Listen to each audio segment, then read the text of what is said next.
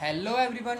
आज हम पढ़ने वाले हैं एनसीईआरटी क्लास 10th की साइंस बुक का चैप्टर नंबर 7, जिसका नाम है कंट्रोल एंड कोऑर्डिनेशन। और हमने चैप्टर 6 में पढ़ा था कि बहुत सारे प्रोसेसेस हमको चाहिए होते हैं अपनी लाइफ को जीने के लिए। तो ऐसे ही कंट्रोल और कोऑर्डिनेशन हमारी बॉडी में बहुत इंपॉर्टेंट है लाइफ के लिए। तो आज हम इन्हीं के बारे में पढ़ेंगे। तो यस, आप देख रहे हैं साइंस एकेडमी यूट्यूब चैनल। मेरा नाम है भानु। चलिए स्टार्ट करते हैं। देखिए, हमारे जो बॉडी होती है उसके अंदर आपको मालूम है बहुत सारे कंट्रोल्स होते हैं। जैसे कि हम जो एक्शंस करते हैं वो, और हमारे अंदर हार्मोन्स प्रोड्यूस होते हैं, हार्मोन्स के भी एक्शंस होते हैं, वो कोऑर्डिनेशंस होती है मसल्स के अंदर, वो सब। तो आज इस चैप्टर में हम ये सब डिस्कस करने वाले हैं। तो जो हमारा पहला टॉपिक इसमें आता है वो आता है 7.1 टॉपिक, जो है कि एनिमल्स में जो नर्वस सिस्टम होती है। आपको यहाँ दिखेगा एनिमल्स में जो नर्वस सिस्टम होती है वो क्या होती है। तो हमने पढ़ा था ये 9th क्लास के अंदर भी कि जो हमारा बॉडी होती है उसके अंदर नर्वस सेल होती है या नर्वस टिश्यू होती है। ये क्या करती है, ये हमारे बॉडी में इंफॉर्मेशन को डिटेक्ट करने का काम आती है। ये इसका डायग्राम है। क्या, all the information from our environment is detected by the specialised types of nerve cells. ठीक है, जितनी भी तरीके की जो इंफॉर्मेशन है एनवायरनमेंट से जो हमारी बॉडी पर डिटेक्ट होती है, वो कौन डिटेक्ट करता है? नर्व सेल करता है। और इनका जो पूरी चेन होती है उसको नर्वस टिश्यू कहते हैं। ठीक है, और इसके लिए हमारी बॉडी में बहुत सारे सेंस ऑर्गन्स भी होते हैं। आपने छोटी क्लासेस में भी बहुत पढ़ा होगा, बचपन में हमको सिखाया जाता है कि 5 टाइप ऑफ सेंस ऑर्गन्स आपकी इस बुक में भी लिखा हुआ है। जैसे कि all this information in our environment is detected by the specialized types of tissue which are nervous cells, और these receptors are usually located in the sense organs। ये receptors कहाँ लोकेटेड होते हैं? सेंस ऑर्गन्स में। कहाँ पे? Year में, knows में, टंग में, और सो ऑन। कौन सा? Eyes and skin also. Okay, आपको ये लिख लेना चाहिए अगर आपको लिखना है तो। और इनमें से जो 2 रिसेप्टर्स है उनका नाम भी दे रखा आपकी बुक में। जैसे कि ये गैस्ट्रिक रिसेप्टर कहाँ होता है? टेस्ट को ये रिसेप्ट करता है, यानी कि यहाँ पर कहाँ पे होता है? ये टंग में होता है। ठीक है, ये आपको लाइन कर लेना चाहिए, अंडरलाइन करना चाहिए। ठीक है, और ऑल्फैक्टरी रिसेप्टर वो क्या करता है? स्मेल को डिटेक्ट करता है। आपको ये एक क्वेश्चन में बोर्ड क्वेश्चन बना सकता है 1 मार्क्स के क्वेश्चन में कि आप जो टेस्ट को डिटेक्ट करता है वो उस रिसेप्टर का नाम लिखिए, या और उस ऑर्गन का भी नाम लिखिए, और जो स्मेल को डिटेक्ट करता है उस रिसेप्टर का भी नाम लिखिए। तो आप ये लिख सकते हैं, और ये मतलब कुछ इंपॉर्टेंट चीज़ें जो आप याद कर सकते हैं। ठीक है, तो अब हम ना ये पढ़ेंगे कि जो नर्वस टिश्यू होता है वो काम कैसे करता है, उसकी हम वर्किंग पढ़ेंगे, है ना। क्योंकि ये आपको नीचे दे रखा है और ये इंपॉर्टेंट है। हमारे पास पूरे के पूरे सेल में ये होता है न्यूक्लियस हर सेल में होता है, आपको मालूम है। ठीक है, ये निकले हुए होते हैं इसके डेंड्राइट। फिर ये सेल बॉडी होती है, इसके अंदर साइटोप्लाज्म भरा होता है। ये जो आप लाइन देख रहे हैं, फिर ये उसको कहते हैं एक्सॉन। ठीक है, और ये जो है इनको कहते हैं नर्व एंडिंग। तो अब है ना, इसको मैं आपको पढ़ाता हूँ।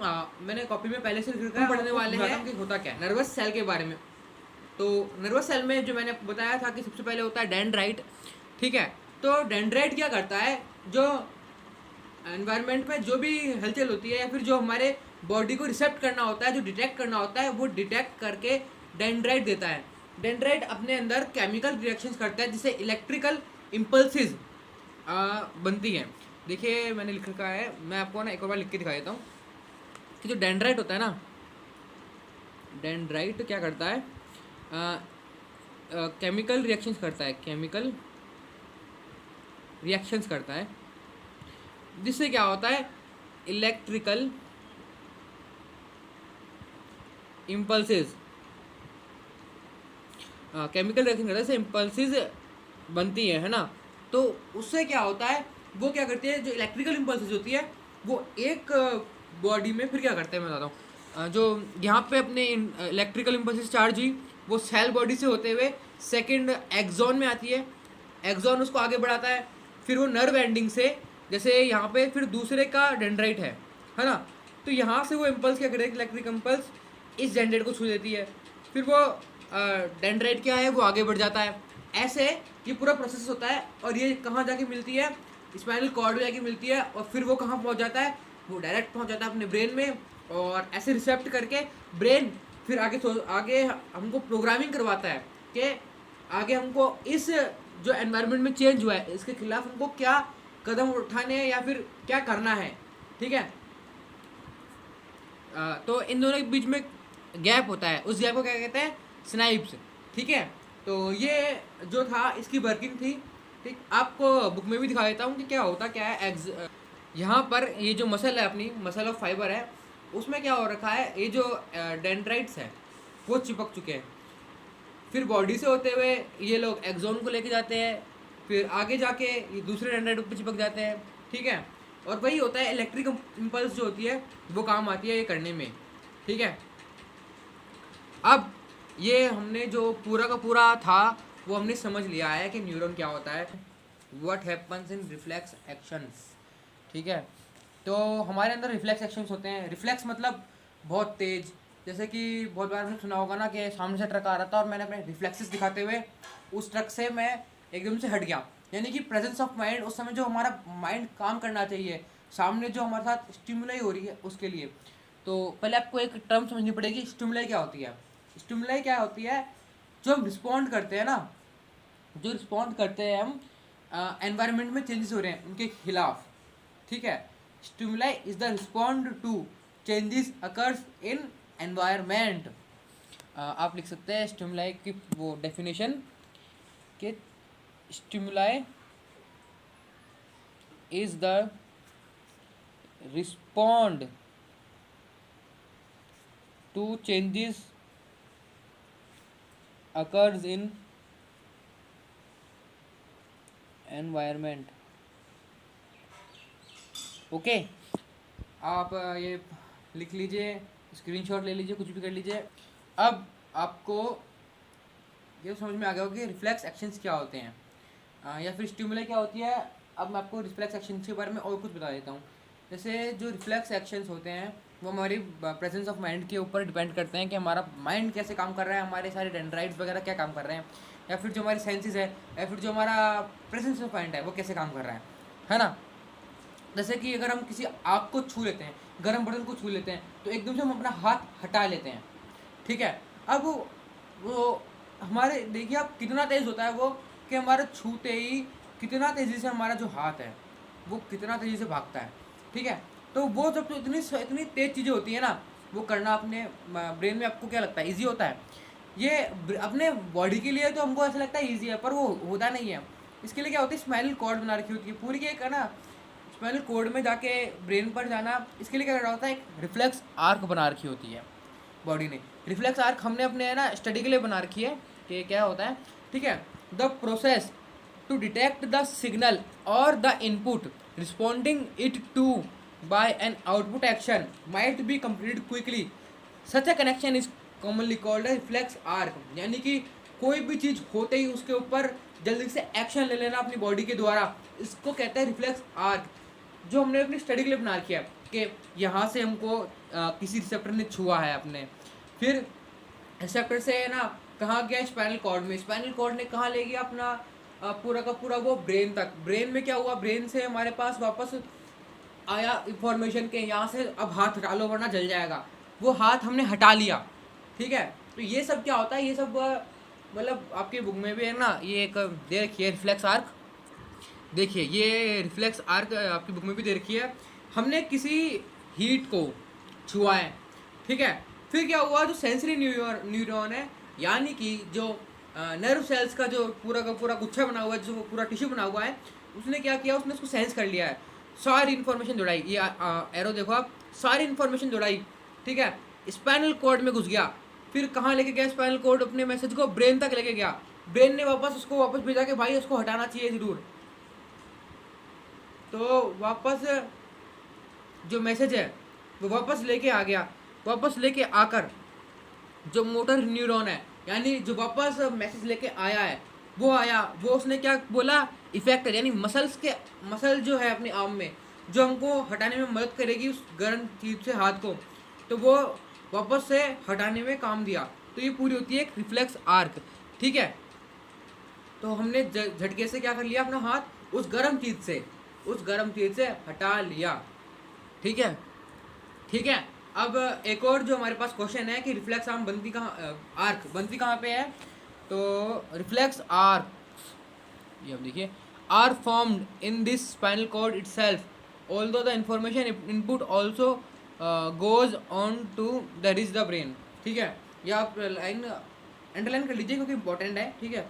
ज़्यादा टेंशन लेने की जरूरत नहीं है, चैप्टर इजी है, आप अगर सही से पढ़ोगे ना तो चैप्टर में कोई दिक्कत नहीं आएगी, ठीक है। अब इसमें है ना एक और क्वेश्चन आता है आगे, जो टॉपिक है हमारा ह्यूमन ब्रेन, उसके लिए जो एक और टॉपिक आता है वॉलेंट्री और इनवॉलेंट्री एक्शंस, ठीक है। तो मैं आपको वो कॉपी में है ना उनके बारे में समझाता हूँ, और उन दोनों के बीच में डिफरेंस जो है वो इस चैप्टर में है ना मोस्ट इंपॉर्टेंट क्वेश्चन है जो आपके आ सकता है, ठीक है। और उन दोनों की जो रिफ्लेक्स आर्क है वो भी आपको मैं बनाना सिखाता हूँ, ठीक है। तो आ गए हैं हम कॉपी के पेज पर, और हम इसमें पढ़ना सीखेंगे वॉलेंट्री एक्शन क्या होता है, इनवॉलेंट्री एक्शन क्या होता है, इन दोनों के बीच में डिफरेंस क्या होता है। तो हम इसके बीच में डिफरेंस के माध्यम से ही इन दोनों को आसानी से समझेंगे, ठीक है। अब जैसे कि मैं बीच में लाइन खींच देता हूँ,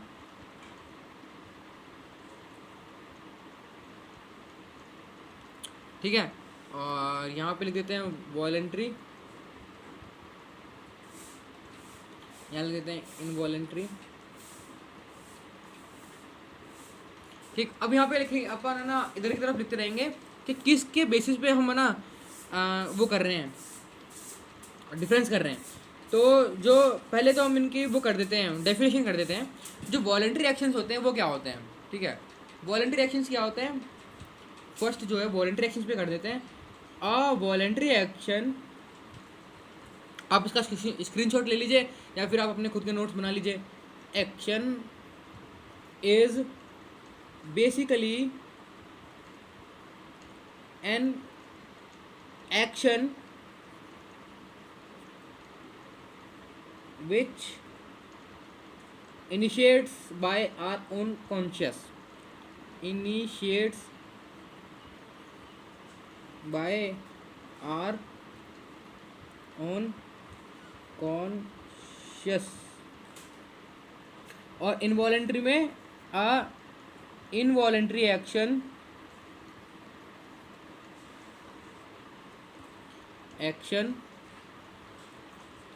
is basically an action which is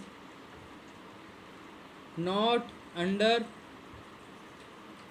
conscious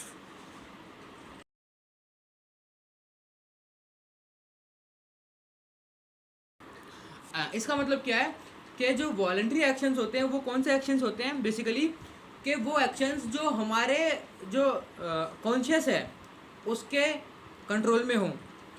जैसे कि हम चलते हैं, अभी मैं बोल रहा हूँ वो, हम दौड़ते हैं या फिर हम लिखते हैं, हम लर्न करते हैं, ये सब हमारे कॉन्शियस के द्वारा हो रहा है ना, मतलब हमको पता है कि हम चाह रहे हैं ये करना, ठीक है।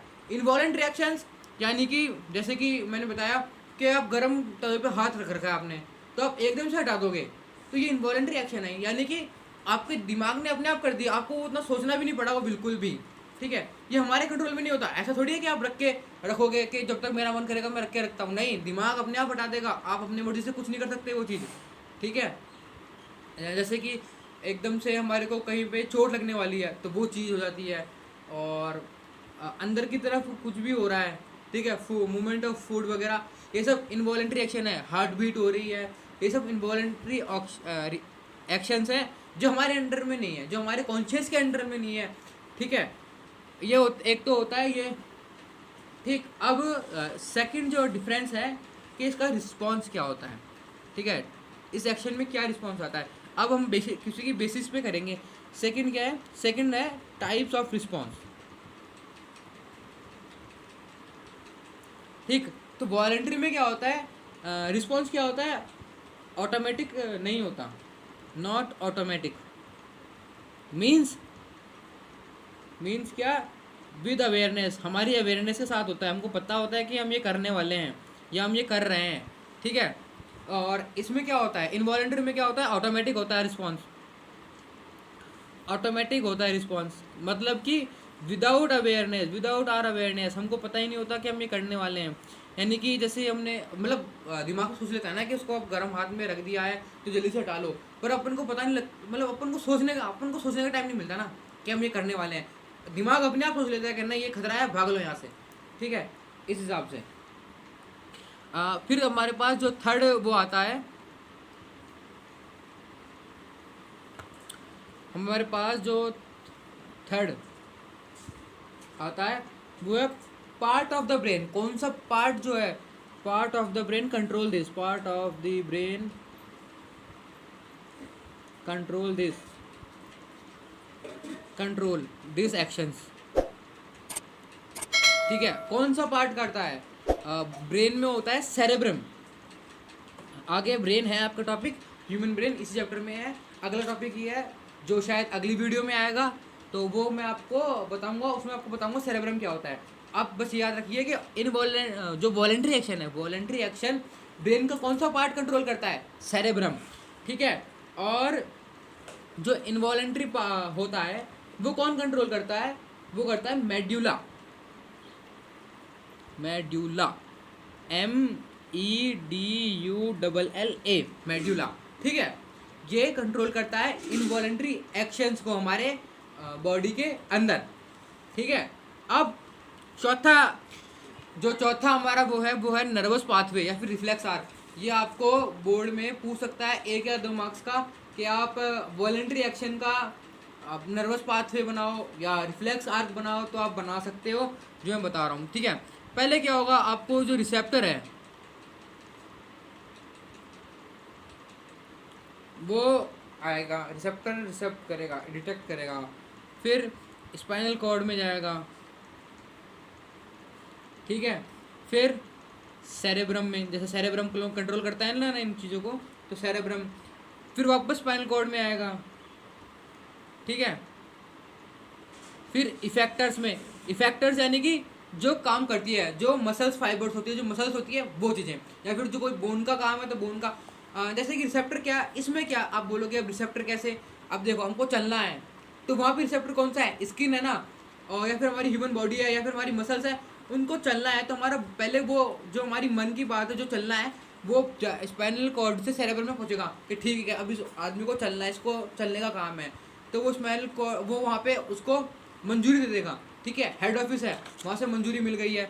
फिर स्पाइनल कॉर्ड वापस भेजेगा वो कि चलो ठीक है मंजूरी मिल गई है, फिर इफेक्टर्स को बोलेगा चल भाई पैर चला इसके, ये चलने के लिए तैयार है, चला इसको, ठीक है। अब यहाँ पे इनवॉलेंट्री एक्शंस भी होंगे। इनवॉलेंट्री एक्शंस में क्या होगा, पहले रिसेप्टर है, ठीक है, स्पाइनल कॉर्ड, ऑब्वियसली सबसे पहले रिसेप्टर, फिर स्पाइनल कॉर्ड में जाएगा जरूर, ठीक है।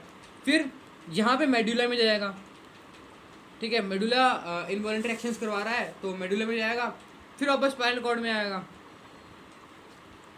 और वापस फिर इफेक्टर्स में।